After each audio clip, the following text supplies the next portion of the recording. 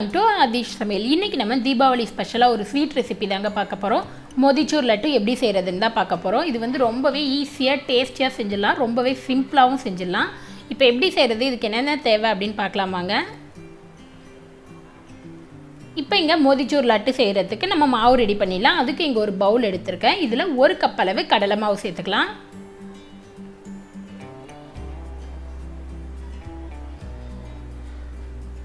இதை எந்த கெட்டியும் இல்லாத நல்லா மிக்ஸ் பண்ணி விட்டுருங்க. இதில் வந்து நம்ம வேறு எதுவுமே சேர்க்க போகிறதில்ல. தண்ணி ஊற்றி கரைச்சி ஃபுட் கலர் மட்டும்தான் சேர்ப்போம். இப்போ இதை கெட்டி இல்லாமல் மிக்ஸ் பண்ணிவிட்டு இதில் ஒரு 3/4 கப்புலேருந்து தண்ணி ஊற்றிக்கலாம். ஒரு 1/2 கப்பு டு 3/4 கப்பு ஊற்றுங்க. 1/2 கப்பு ஊற்றி மிக்ஸ் பண்ணி பாருங்கள். கரெக்டாக கன்சிஸ்டன்சி இருந்ததுன்னா தண்ணி வந்து ரொம்ப எக்ஸ்ட்ரா சேர்த்துறாதீங்க. அப்போ நமக்கு எண்ணெய் குடிக்க ஆரம்பிச்சிடும். இப்போ இதோட நான் வந்து கேசர் ஃபுட் கலர் வந்து ஒரு 2 ட்ராப் சேர்த்துக்கிறேன். நான் லிக்யூடு சேர்த்துக்கிறேன். உங்ககிட்ட லிக்யூடு இல்லை அப்படின்னா நீங்கள் கேசர் பவுடர் கூட சேர்த்துக்கலாம். எது வேணாலும் சேர்த்துக்கலாம். இதை சேர்த்து விட்டு நல்லா மிக்ஸ் பண்ணி விட்டுருங்க.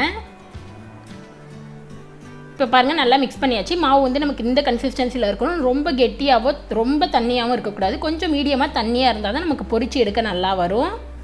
இப்போ மோதிச்சூர் லட்டு பொரிச்சு எடுக்கிறதுக்கு நம்ம வந்து பாத்திரம் மாதிரி ரெடி பண்ணிடலாம். அதுக்கு ஹோல் வந்து சின்ன சின்னதாக இருந்தால் தான் சின்ன சின்ன உருண்டையாக நமக்கு கிடைக்கும். அதுக்கு இந்த மாதிரி அலுமினியம் ஃபுட் பேப்பர் நமக்கு வந்து கடைகளில் கிடைக்கும். இதில் வந்து ஒரு டூத் பிக்கு இல்லைனா சேஃப்டி பின் ஊக்கு வச்சு இந்த மாதிரி சின்ன சின்ன ஹோலாக போட்டுக்கோங்க.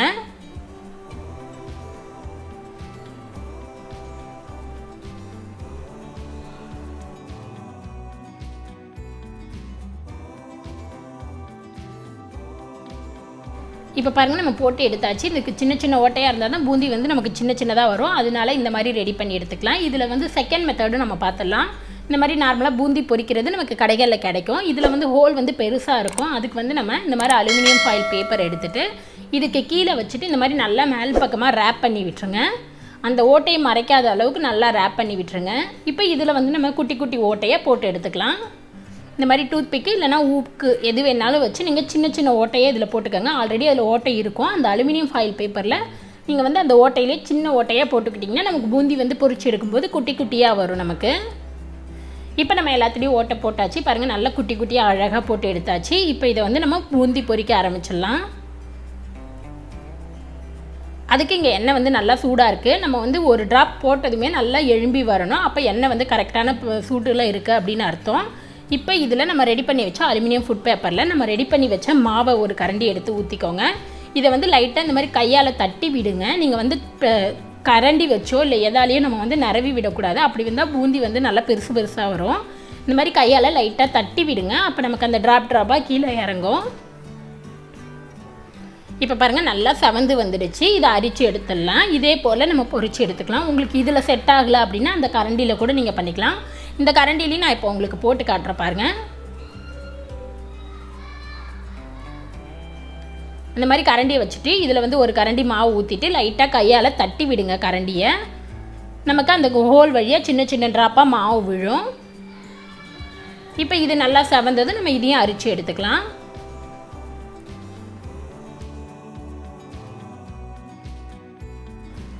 இப்போ பாருங்கள், இங்கே பூந்தி வந்து நல்லா செவந்து வந்துடுச்சு. நமக்கு அதை விட இது வந்து நல்ல குட்டி குட்டியாக மெலிசாக வந்திருக்கு.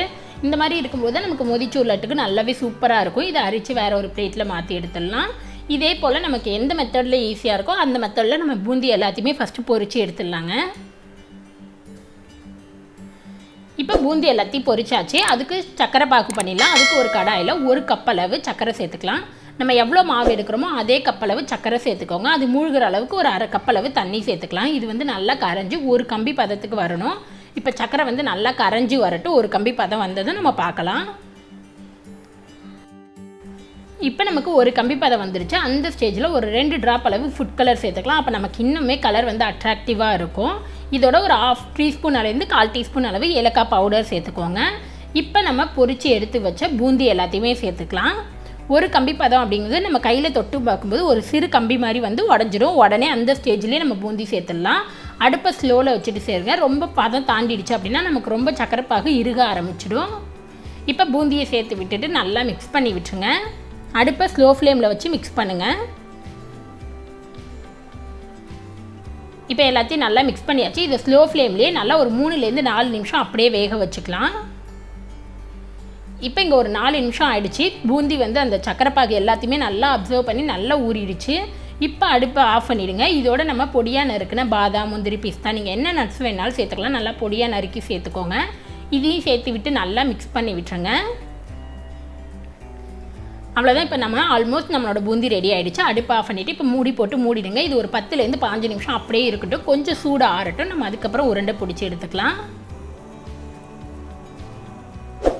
இப்போ இங்கே ஒரு 15 நிமிஷம் கிட்ட ஆகிடுச்சு. நல்லா ஆறிடுச்சு. இதை வேறு ஒரு பவுலில் நம்ம ட்ரான்ஸ்ஃபர் பண்ணிக்கலாம்.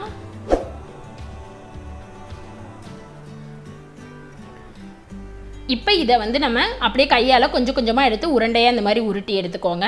கொஞ்சம் சூடு இருக்கும்போதே உருட்டுங்க. அப்போ தான் நமக்கு பூந்தி வந்து உருண்டை பிடிக்க வரும். ரொம்ப ஆறிடுச்சுன்னா நமக்கு உருண்டை பிடிக்க ரொம்ப கஷ்டமாக இருக்கும். கொஞ்சம் லைட்டாக சூடு இருக்கும்போதே உருண்டையாக பிடிச்சிக்கோங்க.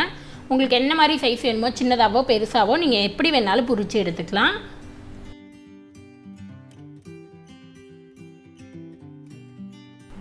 அவ்வளோதான். நம்மளோட பூந்தி பாருங்கள் சூப்பராக ரெடி ஆகிடுச்சு. நல்லா ஜூஸியாக டேஸ்டியான பூந்தி ரெடி ஆகிடுச்சு. ஆல்ரெடி நம்ம தீபாவளி ஸ்பெஷலாக நிறைய ஸ்வீட், காரம் எல்லாமே போட்டிருக்கோம். நீங்கள் அந்த வீடியோவில் பார்க்கலாம், லிங்க் டிஸ்கிரிப்ஷனில் இருக்குது, போய் பாருங்கள். நம்மளோட சூப்பரான மொதிச்சூர் லட்டு சூப்பராக ரெடி ஆகிடுச்சு. கண்டிப்பாக நீங்களும் ட்ரை பண்ணி பாருங்கள். உங்களுக்கு இந்த வீடியோ பிடிச்சிருந்துச்சுன்னா லைக் பண்ணுங்கள், ஷேர் பண்ணுங்கள், கமெண்ட் பண்ணுங்கள், மறக்காமல் சப்ஸ்கிரைப் பண்ணுங்கள்.